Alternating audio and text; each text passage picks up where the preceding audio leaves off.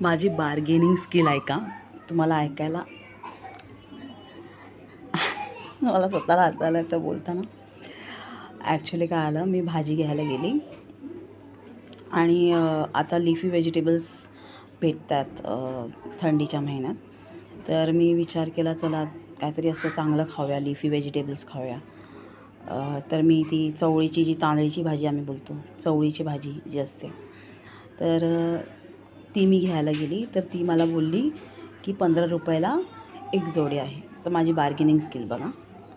तर मी तिला बोलली की 15 रुपयाला एक जोडी ना, तर मला 30च्या 2 द्या.